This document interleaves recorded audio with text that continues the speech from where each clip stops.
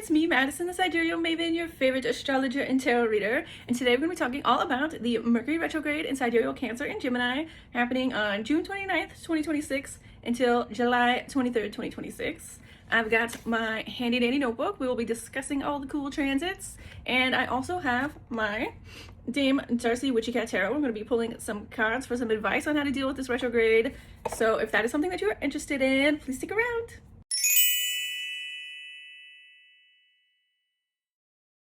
Alright, so some of you may be wondering, what the hell is a Mercury retrograde and why should I care? So the answer is Mercury retrograde is a astrological phenomenon where Mercury appears to pause its path through the zodiac and walk backwards into the sign before it as if it has dropped something and needs to go pick it up, and then it captures that thing that it has dropped and it continues its path back through the zodiac, okay? And so the period as it's walking forward is called the retrograde shadow. When it pauses and says, oh, I forgot something, that is Mercury stationing retrograde.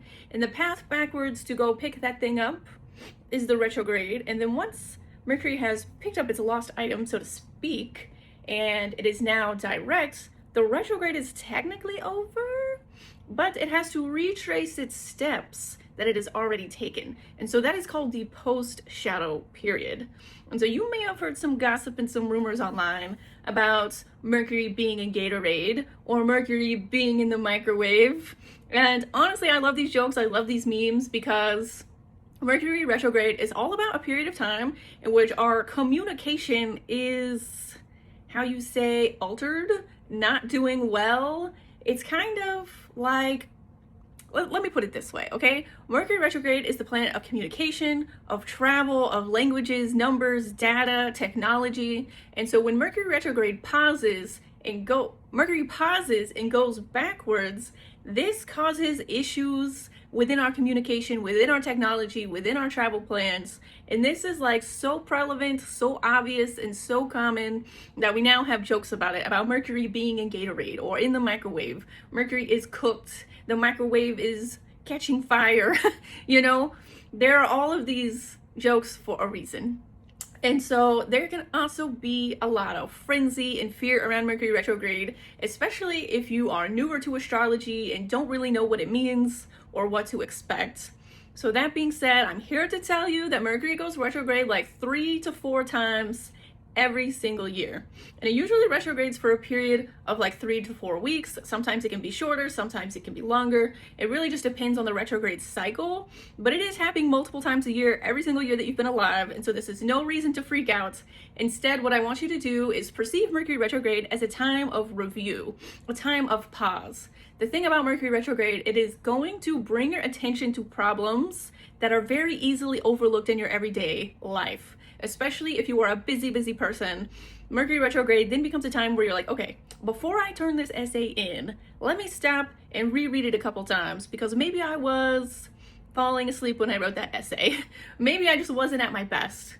And this shows up in a bunch of different areas of your life where you think you were done with a project, you were done with the goal, you're ready to go. And Mercury retrograde is like, actually pause, wait, review your work, make sure you fixed that, make sure everything is running smoothly. And so when you perceive Mercury retrograde as simply an opportunity to slow down and check your work, it actually can be super beneficial to you, because you are now focused on finding problems and then finding solutions to those problems, which is what we want to spend this time doing, okay? No freaking out, no losing your mind, no doomerist, everything bad is gonna happen to me all at once. It's probably not. Like, calm down, okay? So the next thing we want to do is look at our Mercury retrograde dates, okay? So this is what I've got my handy dandy notebook for, which I've got my cool astrology stickers. They're so shiny. And so you may want to write these down, keep them in your minds, in your astrology journal if you have one. And then I will also put them in the description below as well. And so June 11th is when the Mercury retrograde starts in Gemini. This is where we start to first take the steps that we're going to be retracing. Mercury enters Sidereal Cancer on June 22nd, and then on June 29th, it is officially stationing retrograde. So at the moment of me filming this video and posting this video, this has already happened. Today is June 30th as I'm filming, and it is also happening at the exact same time as the full moon in Sidereal Sagittarius. And so if you guys don't know, I have a really cool Patreon where I discuss every full moon, every new moon, and all of the cool transits in between. And I also post these weekly love letters where I discuss the transits of the week and offer a tarot card reading. So if you are interested in the more day-to-day transits instead of just these big overarching videos, definitely go sign up for my Patreon. And I would suggest watching my most recent full moon in Sidereal Sagittarius video, because the full moon in Sagittarius happens at the same time that Mercury is stationing retrograde in Cancer. And that is something I'm going to talk about more in a couple of minutes after I get to these dates. So going forward, July 7th, Mercury retrograde is going to re-enter Sidereal Gemini, where the shadow started. And then on July 13th, the sun is going to conjunct Mercury retrograde in Gemini. And this is the most important part of any retrograde, because when the sun conjuncts Mercury retrograde, it's considered like the climax of the retrograde. It is the big aha moment where whatever problem you were being forced to face during the retrograde is you're finally coming to a solution. You're finally realizing, this is what I need to do to move forward, and taking those actionable steps, creating plans to take that action, blah, blah, blah, okay? Then on July 14th, immediately after, at the same time that sun is conjuncting Mercury retrograde in Gemini, we are also having a new moon in Gemini, which I think is very fortuitous for all of us, because new moons give us an opportunity to plant some seeds in our Gemini house, to create some intentions, to start a new story that will last for the next 6 months until the next full moon in Gemini, okay? And so whatever realization we are coming to during this retrograde, during the sun-Mercury conjunction, we're then immediately given an opportunity to kind of set some intentions about how we want to move forward with our plans. And then July 23rd, Mercury is going to be direct in Sidereal Cancer. It's going back into Cancer, okay? Then July 23rd, Mercury is going direct in Sidereal Gemini. We are now moving forward with our plans, saying, okay, I see what to do, I know what to do now, and I'm ready to do it. The problem is resolved, we are moving forward. And then by the time we get to August 5th, Mercury is going to re-enter Sidereal Cancer, and then we're just moving forward. We're moved on. We're done with the retrograde celebration, blah, blah, blah. And so what's important about every Mercury retrograde transit is that every Mercury retrograde is not only giving us an opportunity to pause and to review our work and to solve problems in our life, but it is also giving us like a overarching lesson that we can kind of take forward with us after the retrograde ends. And so it is very important to look at the charts and to consider what is happening the day Mercury stations retrograde, because that is usually when the big problem tends to reveal itself, okay? Which is why I was saying you want to go and look at the full moon in Sagittarius video, because Mercury retrograde stationed on the full moon, okay? And so during that video, I'll give you a little gist, a little overview, okay? During that video, I presented this question of how do you discern the difference between an emotional narrative left over from your past, from your previous experiences, and what is happening directly in front of you. And so the question of that full moon is really like, what is the difference between what I've been told about the way things work and the way things are and the way things always go, and what is actually happening? And so in that full moon chart, I discussed we have Gemini on the table, we have Sagittarius on the table, we've got Saturn in Pisces as this weird overarching entity in the room that refuses to speak to any of us directly. It's like a weird elephant that is just like staring at all of us, waiting for us to acknowledge it. And we're like, no, I don't see it. I don't see it. What are you talking about? Well, we didn't have any Virgo in the sky. And so we didn't have any evidence, and we didn't have any proof that the emotional narratives that were being presented to us had any sort of real truth to it. Okay? And so there is this huge gap in understanding in our relationships, but also like within our work and the things that we're trying to accomplish that week, because there is the way that we've been taught that it is and the way that it actually is. And without any proof from Virgo to say this is what it is, we are then left to like fall into our biases and our emotional narratives. And with Venus and Jupiter and Cancer, there's this way that we wanted to overindulge in the emotional narrative. It's kind of like, say you're like dating someone, okay? And your previous ex like left you traumatized. It was just a bad time, okay? Say your ex cheated on you or something like that. Now you go into this new relationship and now you are interpreting everything they do through the lens of what if they are? What if it's happening again? How do I stop this? How do I manage this? How do I control the situation so this doesn't happen again? And then your new partner is kind of like, whoa, whoa, whoa, whoa, whoa. I did nothing to deserve this. I have been nothing but faithful and devoted to you, okay? And so that emotional narrative of I keep getting wronged in relationships is now coloring your perception of who your new partner is and how they're going to treat you and what you deserve in relationships, okay? And so the problem is that emotional narrative that you're bringing, the emotional baggage even that you're bringing to the relationship, is putting some lens over your eyes, and you can't see the person in front of you for who they are. You can't take their actions at face value. And so that's kind of what is happening here with the full moon in Sagittarius, where you're being asked to discern, is this person really treating you wrong? Are they really trying to deceive you? Are they really trying to upset you? Or are you just kind of acting from this place of, I've been hurt and I've been wounded, and now I believe that I will just be wounded again over and over and over again, right? So sorry if that was a bit of a harsh example, but the point is that, like, your emotional narrative can color your perception of reality and make you feel confused about what is actually happening to you and what is actually happening within your relationships. And so it's very important for everyone to pause and to slow down and say, okay, I've been through this. It makes me feel this way. It makes me anticipate XYZ, but I need to look at what is happening in the person in front of me clearly and ask, is that really what they're doing? And sometimes it is, sometimes it isn't. We need to slow down and think about it, which is why Mercury is retrograde, okay? And so now that we understand what the task in front of us is, which is to discern emotional narrative from reality, we are faced with this opportunity to either leave that narrative behind and say, I don't need that anymore. It's not true anymore. I'm a new person now. This is a new partner. This is a new situation, and I don't have to bring my past into the future with me. Or you could be like, nah, it is true and it's always true and nothing else will ever be true ever again. Which would be really, really unfortunate and most likely not true in the scenario. Of course, everyone is living in a different life and having a different experience, so you tell me what it is, okay?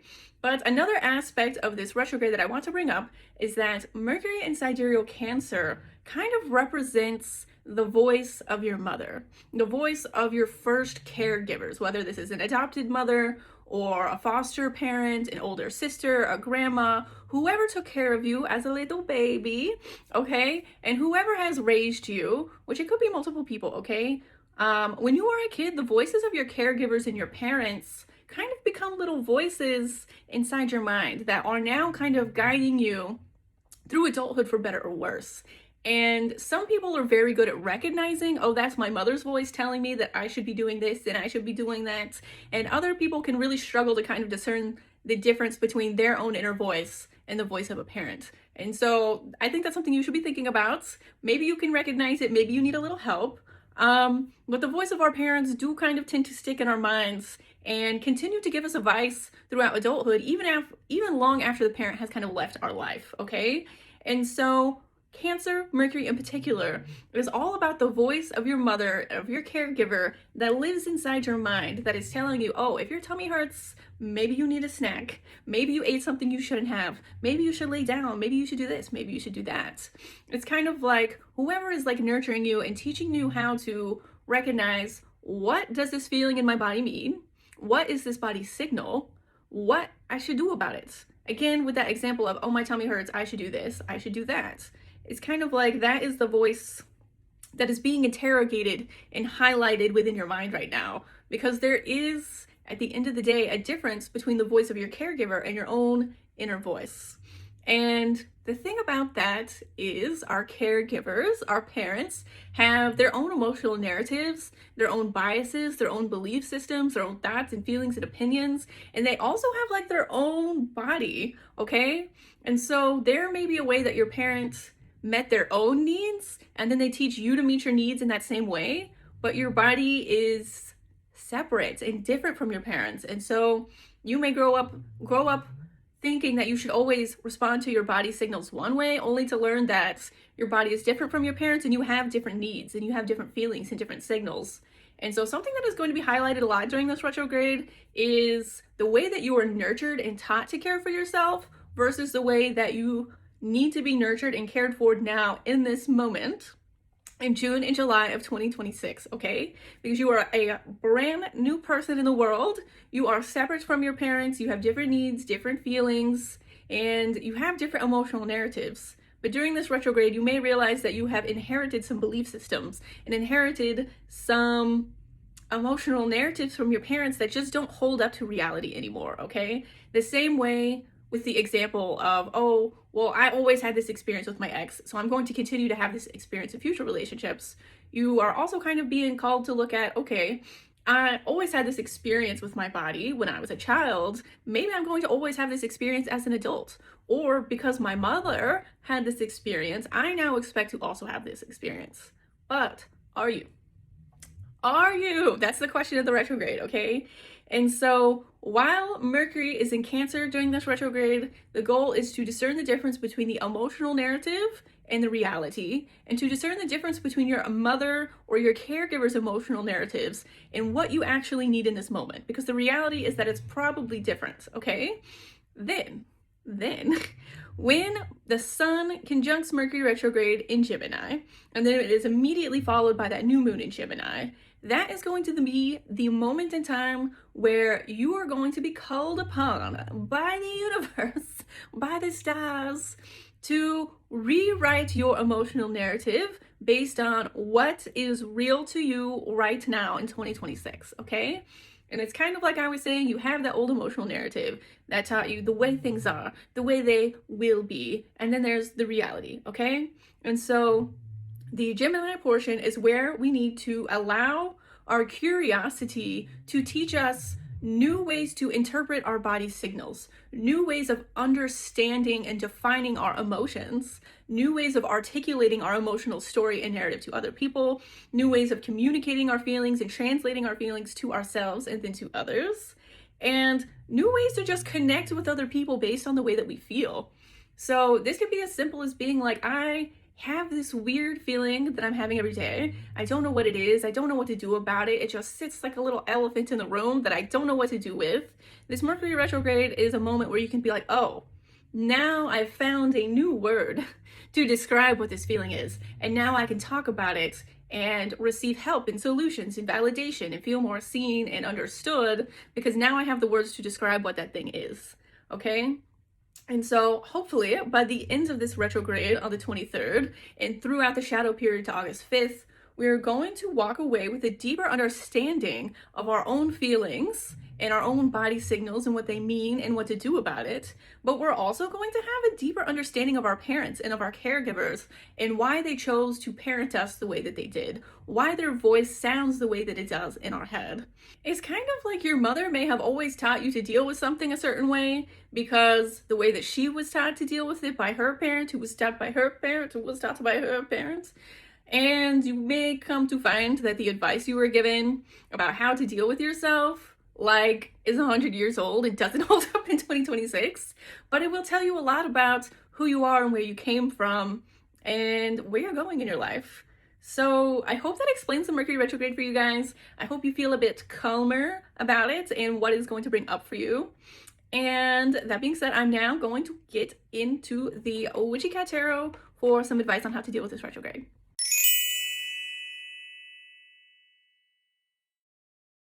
Okay, welcome to the tarot portion of this video. I've got my Witchy Cat Tarot, and the card on the bottom of the deck is going to represent the context, the scenario, the situation. And so the card on the bottom is the Two of Cups. And the Two of Cups is all about relationships and friendships and the way that we are connecting with other people in general. And so it doesn't matter who it is in your life or what you got going on. The Two of Cups is all about how am I relating to the people that I know? How am I communicating? How am I connecting? And what is the state of the relationship? and the way that we feel with each other, okay? And so this Mercury retrograde in Cancer and Gemini is all about the way that we are relating to each other based on the way that we are relating to ourselves. So again, these emotional narratives that we're bringing from the past into the current relationship, this is all really important. The current relationship is being affected by your past and the way that you've learned to relate to other people. And that is what is on the table for us today, okay? And our next card is the Three of Wands. You can kind of see this cat is looking down at the bay, looking at the ships coming in, what is being received, what is flowing into our lives at this moment in time. And the Three of Wands is also about expansion. And so when you get the Two of Cups and the Three of Wands together, this is really asking, like, how do we expand our relationships? How do we deepen our relationships? How do we deepen our connection with the people that we already know? And for some people, you may be thinking about networking. How do I meet more people in my industry? How do I expand my friendships and my social networks? And also, again, how do I deepen the relationships with the people that I already know? And this is kind of all tying into that feeling of how do I relate to myself and how does that affect the way that I relate to other people? Can I see them clearly for who they are? Can I voice my needs so that they can be met? And can I listen to other people when they express what their needs are to me? And can I meet those needs? Can I show up for that person in the way that they need, in the way that they're asking, in the way that they're communicating, right? Because sometimes there are times in life where we think, oh, this person has this problem, so I should solve it this way, the way that I learned how. Sometimes that's right, and sometimes you just need to listen a little bit more carefully about what they want from you because it's not what you think it is, right? And so this whole Mercury retrograde, as we deepen our connection and understanding of ourselves, it is impacting the way that we show up for other people and giving us an opportunity to deepen those connections by being more present with the person in front of us instead of just reacting on an impulse or on indulging in those cathartic emotional narratives just because they are familiar and like confirm our biases, right? So the next card is the Six of Swords. The Six of Swords is all about moving from a bad situation into a better one, okay? And so this expansion of our connections, this deepening of our connections is allowing us to move forward into these relationships in a much better place, okay? It's kind of like I finally have the ability to be present with you, to listen to you, to understand and translate what you were saying. And I finally feel like curious about my own emotions enough to get new words to communicate them to you better. And so it's like as we come into new solutions and new ways of communicating, like this is improving all of our relationships all around. Like globally, collectively, we are getting better at talking to one another and understanding one another and connecting with one another. And that is just a big, great, beautiful thing. And then our next card is the Queen of Cups, okay? And the Queen of Cups is a fancy lady. She is an emotionally attuned lady, a nurturing lady. She is definitely one of the mothers, okay, in the tarot, where she is very attuned to the needs and the feelings of the people around her and intuitively understands how to meet those needs and how to get people to open up emotionally and to feel safe being vulnerable with her. And so when you pair all of these cards together, the expansion, the moving forward, maybe I should do it this way. Is it backwards? I don't know. When you pair all of these cards together, what you're really getting with all of this together is like the celebration of your own emotional intelligence and empathy and understanding. And watching yourself flourish emotionally is like, it's kind of like watching a garden bloom. You're like watering the flowers and watering the flowers and watering the flowers, and they all finally kind of bloom and they're sparkling in the glistening sun or something silly like that. But first you have to learn exactly what those flowers need. You know, like every flower has different needs. Some of them want a lot of sunlight, some only want a little bit, and some want a lot of water, and some are like, no, that's way too much, okay? And so this Mercury retrograde is all about like nurturing that relationship garden and understanding that like what this flower needs is not what that flower needs. And what my flower needs may not be what you need, but when we all put in the effort to understand ourselves and to communicate, even though it can be scary and vulnerable and difficult and frightening. Like, every flower gets what it needs, and then the garden glistens and blossoms and right? Okay, so that's my tarot card reading. Short, sweet, simple, and that's what I got for you today. That's what I got for this Mercury retrograde. So if you liked this video, you will love my Patreon. I post new videos every week. I have a new love letter describing the stars and the cards every week, and I have lots of exclusive posts all about sidereal astrology, how to read your birth chart, how to conjure your birth charts, all of those great, wonderful, beautiful things. So please check it out. Give me a like, give me a comment, give me a subscribe, and I'll see you next week. Bye!